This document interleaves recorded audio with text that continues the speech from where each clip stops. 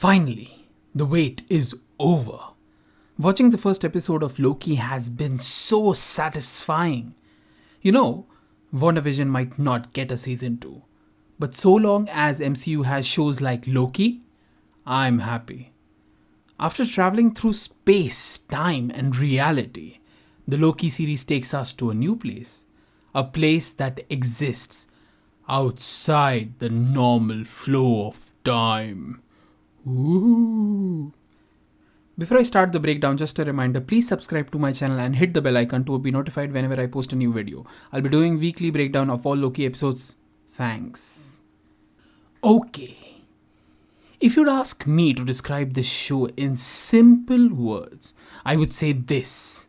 If Deadpool is a character that breaks the fourth wall and talks to the audience, then this series, Loki, while playing his part, goes backstage to interact with the writer-director of the play. The writer-director is essentially what the Time Variance Authority is. They control the flow of narrative. Just imagine those three space lizards, as Loki calls them, sitting in a home theater with a bucket of popcorn. They watch all the events happening in the universe. Whenever a point comes where they don't like where a character's story is going, they tell their people to arrest that person and reset the timeline. Sure, you might argue that the TVA tries to avoid Nexus events that lead to the split of timeline, which has the potential to destroy all that exists. But how do you explain their choices? Clip all the branches, as Cap said. But if they are supposed to do that properly, why not clip the branches from their root? The Avengers went back in time to get the Infinity Stones. They are the ones responsible for splitting the timeline. 2012 Loki simply saw an opportunity to escape, and so he took it. Yet, the variant Loki is put on trial, and not the Avengers. They like the Avengers. It's a valid point that Loki raises during the episode. The TVA decides the fate of trillions of people across all existence. Like a dictator, if I may add. In the name of protecting the sacred timeline. How is that good? TVA is a shady organization. We'll need to keep that in mind moving forward. But are they evil? Taking my previous analogy forward, according to me, the TVA is like Kevin Feige and the storytellers at Marvel Studios. They decide who lives and who dies in the MCU. They decide how the story progresses. Does that make them bad? I don't know. We'll just have to wait and watch. Okay, I guess that's enough about TVA. Maybe we can talk about it in the future. Let's talk about the Loki variant. After all, this is his story. The Loki series is unique in the sense that both the hero and the villain are the same characters, Loki. So it is essential to distinguish between the good Loki and the bad Loki. That's exactly why they spent an entire episode watching them just talk.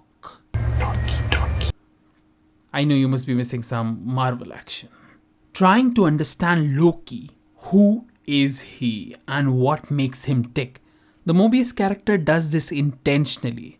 The TVA has access to all of time and space, yet they fail to catch the rogue variant of Loki. Why? That's because the evil Loki has been through the entire process. This protagonist Loki is undergoing now. It is only after learning everything about TVA that Loki escaped from this place. He might even have a few Infinity Stones that were casually kept there. So this Loki is essentially unpredictable and dangerous. So Mobius wants to understand the new Loki to predict what the evil Loki's next move might be. He has the potential to destroy the TVA. Maybe that is his plan. What else can he do? The TVA procedure is very cruel. Just imagine, You're going about your normal life. Suddenly, some strange people come, they pick you up, and then they take you to the courtroom. They put you on a trial. Irrespective of what you say, they give you their judgment, call you guilty, and then erase you from existence. Why not reset the timeline immediately after finding the anomaly? Why do you have to torture the person with additional information and then kill them? Both the Loki fear exactly that. The only difference between bad Loki and good Loki is their state of mind. In my recap video, I talked about how Loki was shown his place by the Incredible Hulk. He tried ruling Asgard but failed. He tried the same on Earth but failed. Now he has no purpose.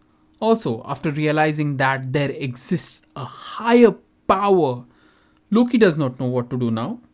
Basically, he is on his hero's journey, a journey of self discovery and realizing his true potential.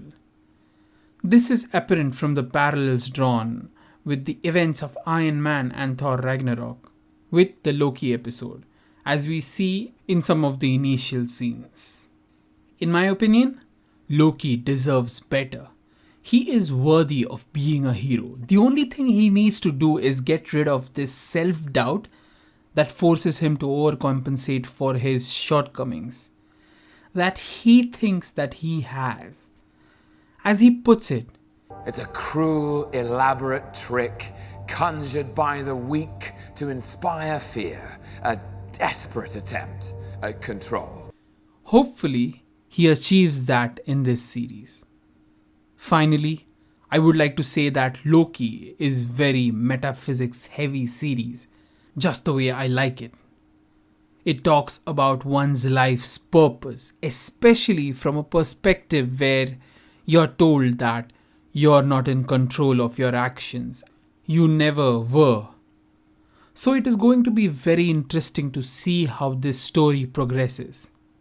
Till then, let's have a conversation to understand and in turn have a deeper appreciation for the Loki series.